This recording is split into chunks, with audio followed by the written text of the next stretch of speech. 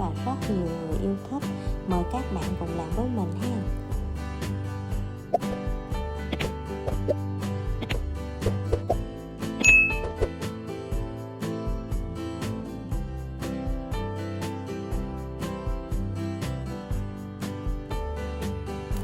Nguyên liệu ở đây là mình có nửa con gà ta tầm 1 kg nha các bạn. Nguyên liệu thứ hai, 100g măng khô mình đã ngâm nước từ 4 đến 6 tiếng và đã xé sợi như thế này.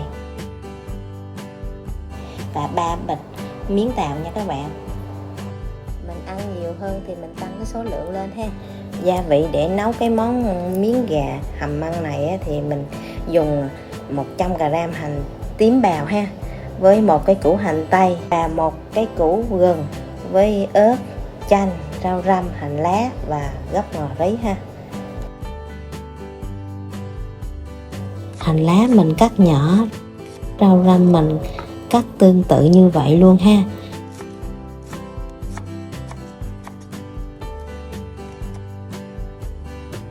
Chanh cắt đôi, nửa trái mình làm nước chấm, còn nửa cái mình cắt miếng để lát dùng với miếng ha.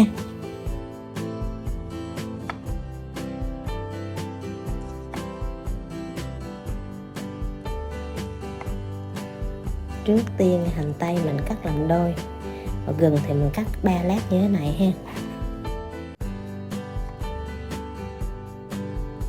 Giờ mình dùng cái nồi đất sứ để mình đun lên cho nó nóng, rồi mình cho cái phần củ hành vào ha, với củ gừng vào mình nướng nha các bạn. Với 2 cái củ hành tím mình nướng và mình trở đều hai mặt để cho cái củ hành của mình nó áp chảo, nó cháy xém lên. Thì nó cháy xém thì để nó có cái mùi thơm, khi mình nấu nước dùng nó sẽ thơm ngon hơn ha các bạn. Các bạn có thể nướng bằng cái nồi chiên không dầu hoặc cái chảo chống dính đều được ha. Mình thấy cái nào mà mình thấy tiện thì mình làm ha các bạn. Các bạn nướng thấy nó cháy xém như thế này là được ha. Giờ mình múc ra, mình cho vào một cái nồi. Cái nồi này đó mình chế khoảng 2,5 lít nước nha các bạn.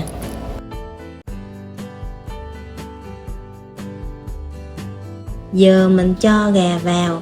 Gà này mình đã rửa sạch với muối rồi ha.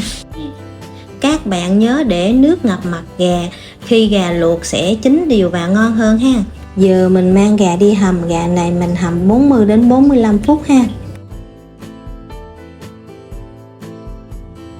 Mình nêm vào đây 1 muỗng tường phèn với 1 muỗng bột nêm gà và 2 cái đậu hành với phần gốc ngọ luôn ha, để nước gà của mình có vị ngọt đậm đà hơn ha. Lúc này mình hầm với lửa lớn nha.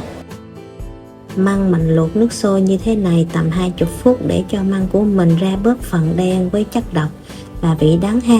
Sau 20 phút mình vớt ra, xả với nước lạnh rồi để ráo ha. Giờ mình phi hành nha các bạn. Cái chảo này mình cho vào đây nửa chén dầu, rồi mình cho cái phần hành tím vào để mình phi. Các bạn đảo và khuấy đều một hồi. Thấy cái phần hành tím của mình nó vừa vàng tới thì mình tắt lửa, rồi mình đảo thêm một tí nữa cho cái phần hành của mình nó được vàng thơm thì mình đổ ra chén ha.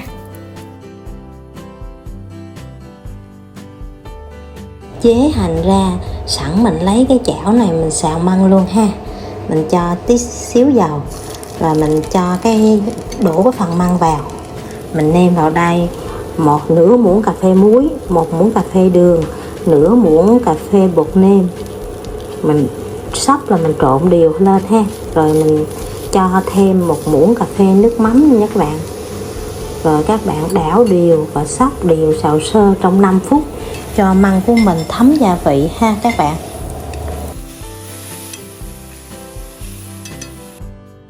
Miếng mình mang đi ngâm ha. Mình ngâm nước chừng khoảng 20 phút là mình vớt ra để ráo nha các bạn.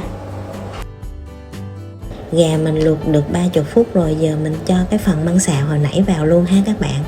Lúc này là cái phần nước của mình nấu nó đã hao hụt thì mình cho nước ấm như đủ cái lượng ban đầu mình nấu ha.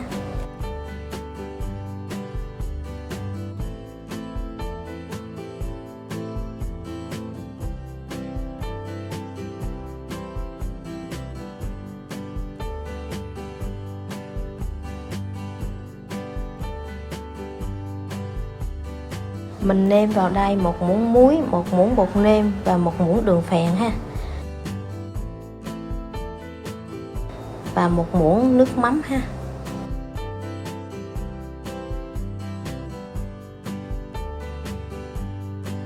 Mình nấu thêm chừng khoảng 10 đến 15 phút nữa cho cái phần măng của mình nó thấm đều, nó ngon ha. Mình nấu thêm 10 phút nữa rồi mình vớt gà ra ha, mình để cho nó nguội rồi mình mang đi chặt ha.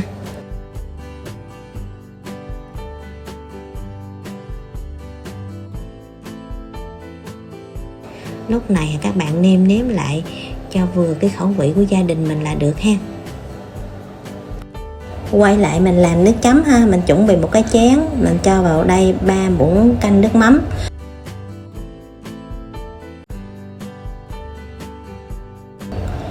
1 muỗng rưỡi đường, 1 muỗng rưỡi nước cốt chanh tầm nửa trái chanh ha.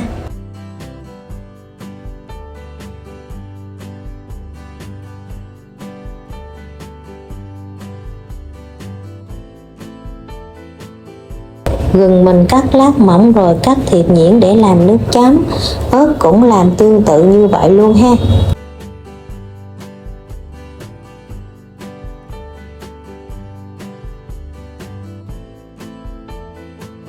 Rồi cho cái phần gừng ớt bằm vào, mình quậy cho cái tan cái hỗn hợp lên ha, để lát mình ăn cùng với miếng măng ha.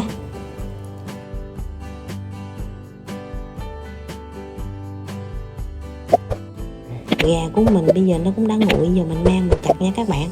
Mình chặt cái miếng vừa ăn là được ha.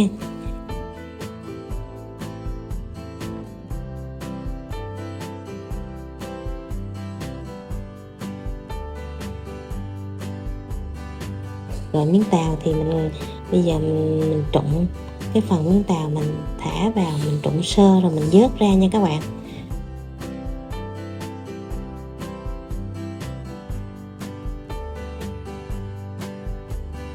Rồi mình xếp thịt vào.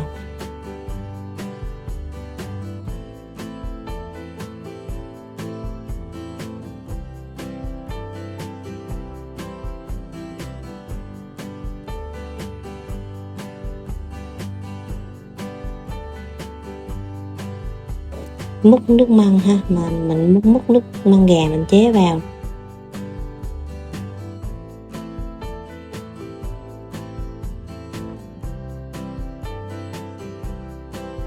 Cho ít hành và rau răm và ít hành phi ra và với ít tiêu nha, xay nha các bạn.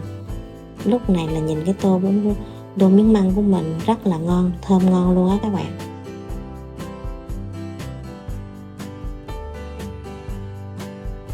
Mời các bạn cùng thưởng thức với mình ha. Nhìn tô bún gà của mình trông rất ngon và hấp dẫn luôn ha các bạn. Giờ mình thử ha. Mình cho vào đây miếng mắm gừng, mình trộn đều lên. Ngon lắm các bạn. Miếng tàu rất là giòn, sực sực, và măng nó có cái độ thấm, nó rất là vừa vị, mà nó ăn nó giòn mà nó ngon lắm các bạn. Mình rất thích ăn măng. Và nước gà rất là ngon và đậm đà ha. Đây là một cái món ăn rất là ngon và mình có thể làm trong những ngày cuối tuần, hoặc là những ngày trời mưa se lạnh, mình làm một tô miếng tàu như thế này mình ăn rất là ngon, hay là chiêu đãi bạn bè ha. Sương cảm ơn các bạn đã xem hết video. Hẹn gặp lại các bạn video lần sau. Bye bye.